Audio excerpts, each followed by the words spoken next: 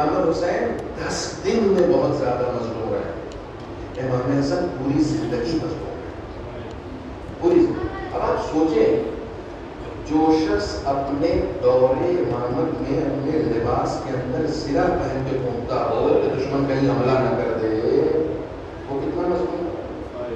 امام حسن زرہ لباس کے اندر لوہے کی زرہ پہن کے گھومتے تھے، اور ہوا کہ مختلف بار آپ کو زہر دینے کی، ایک بار زہر تھوڑی دیا ہے، متعدد مرتبہ زہر دیا ہے، متعدد مرتبہ زہر دیا ہے۔ ایک مرتبہ کسی قافلے کے ساتھ جا رہے تھے، دشمن نے پیچھے سے تیر چبھویا، اس تیر کی نوک میں زہر لگا ہوا تھا جو جسم میں پہنچ گیا، سرایت ہو گیا، اس کا اثر ایمان کو بدل گیا۔ سب پوری زندگی صبر کیا ہے۔ جناب زینب کو ام المصائب کہا گیا، ام المصائب کہا گیا۔ چھوٹی سی تھی، 3 سال کی تھی، 3.5 سال کی تھی کہ جناب فاطمہ زہرا نے، ان کی والدہ نے بلایا اور بلا کر بٹھایا، حفصہ سے کہا میرا صندوق لے کر آؤ۔ حفصہ صندوق لے کر آئی، اور جیسے ہی لے کر آئی ہیں اس میں سے ایک کفن نکالا جناب فاطمہ نے، اور کہا بیٹا یہ میرا کفن ہے، جب میری شہادت ہو جائے تو یہ کفن علی کو دے دینا اور کہنا یہ کفن مجھے بنا دے۔ دوسرا کفن نکالا، اور نکالنے کے بعد جناب زینب کے حوالے کیا، بیٹا یہ علی کا کفن ہے، اپنے بھیا حسن مصطفیٰ کو دے دو، اور کہنا کہ جب بابا کی شہادت ہو جائے تو یہ کفن مجھے بنا، یہ کفن اپنے بابا کو بنا دے۔ تیسرا کفن نکالا، سنو عزیزو، تیسرا کفن نکالا، کہا یہ کفن میرے بھیا حسن کا ہے، اپنے ماں جائے حسین کو دے دینا، اور کہنا جب حسن کی شہادت ہو جائے یہ کفن بنا دے۔ پھر چوتھا کفن نکالا۔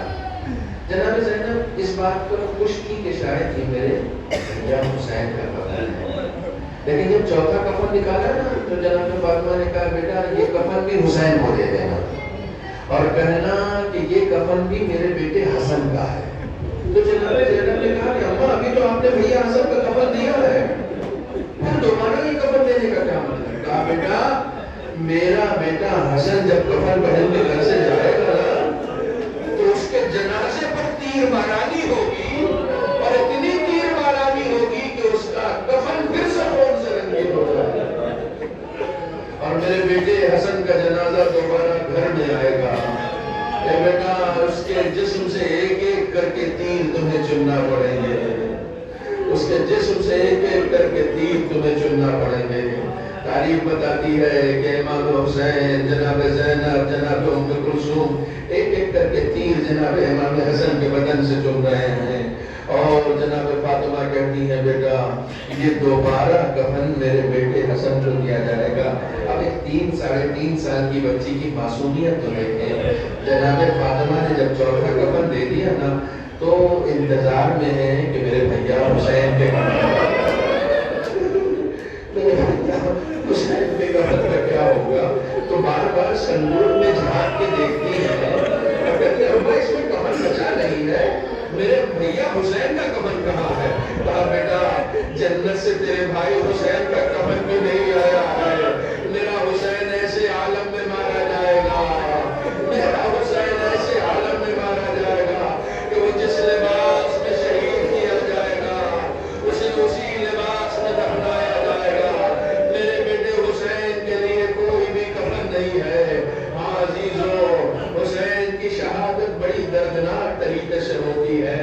ایک روایت بیان کرتی ہے، بعض روایتیں کہتی ہیں کہ امام حسین کو سامنے سے ذبح کیا گیا، بعض روایتیں کہتی ہیں کہ پشت گردن سے ذبح کیا گیا، بعض روایتیں کہتی ہیں کہ یہ جو سامنے انسان کے حلق میں گڑھا ہوتا ہے نا، اس جب امام حسین کا بدن گودی قتلگاہ میں تھا تو کسی ملعون نے بھالے کے ذریعے سے اس گڑھے میں بھالا ڈال کر حسین کو ذبح کیا۔ آیت اللہ جعفر شوستری سے پوچھا گیا کہ یہ بتائیے کون سی روایت صحیح ہے؟ کیا امام حسین پشت گردن سے ذبح ہوئے یہ روایت صحیح ہے، یا سامنے سے ذبح ہوئے یہ روایت صحیح ہے، یا یہ ہے۔ عزیزوں کہتے ہیں کہ جیسے ہی یہ سوال پوچھا گیا آیت اللہ جعفر شستری پھوٹ کر گریا کرنے لگے، دہاڑے مار کر رونے لگے۔ سوال کرنے والا پوچھتا ہے آقا آپ کے رونے کا سبب کیا ہے؟ آخر رونے کی وجہ کیا ہے؟ کہا تمہیں یقین ہو جائے تو یقین کر لو، میرے آقا کو تینوں طرح سے ذبح کیا ہے۔ یہ تینوں روایتیں صحیح ہیں۔ ایک مرتبہ سامنے سے ذبح کیا گیا، ایک مرتبہ پشت گردن سے ذبح کیا گیا، ایک مرتبہ بھالے کے ذریعے سے ذبح کیا گیا۔ ارے جب کہ 70 قدموں پہ بہن کھڑی دیکھ رہی تھی، ایک پسرے سال میری اماں نے چکیاں پیس کر حسین کو پالا ہے۔ انا للہ و انا الیہ راجعون۔ وسيعلم الذين ظلموا الذين ينقلبون۔ بسم الله الرحمن الرحيم۔ اللهم كن لوليك الحجة بن الحسن صلواتك عليه وعلى آبائه في هذه الساعة وفي كل ساعة وليا وحافظا وقائدا وناصرا ودليلا وعينا حتى تسكنه ربك طوعا وتمتعه فيها طويلا ولا يبلغ محمد وآل محمد وآل مختصر سے عبادت قبول فرما، ہمارے تمام گناہوں کبیرہ و صغیرہ کا معاف فرما، ہماری طاعات و عبادات کو قبول فرما۔ معبود بحق محمد وآل محمد ہمارے مرحومین والدین اعزاء اقرباء جو اس دنیا سے گزر چکے ہیں سب کی مغفرت فرما، سب کے درجات کو بلند فرما۔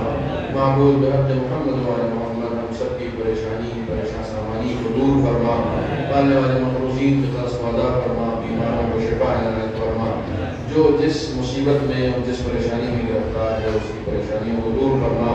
خدایا بحق محمد وآل محمد ہماری سازگاری کو قبول فرما۔ جس نے بھی نامے دن میں صبح نے جس طرح سے بھی عزاداریوں میں پارٹیسپیٹ کیا ہے اس کی شرکتوں کو قبول فرما۔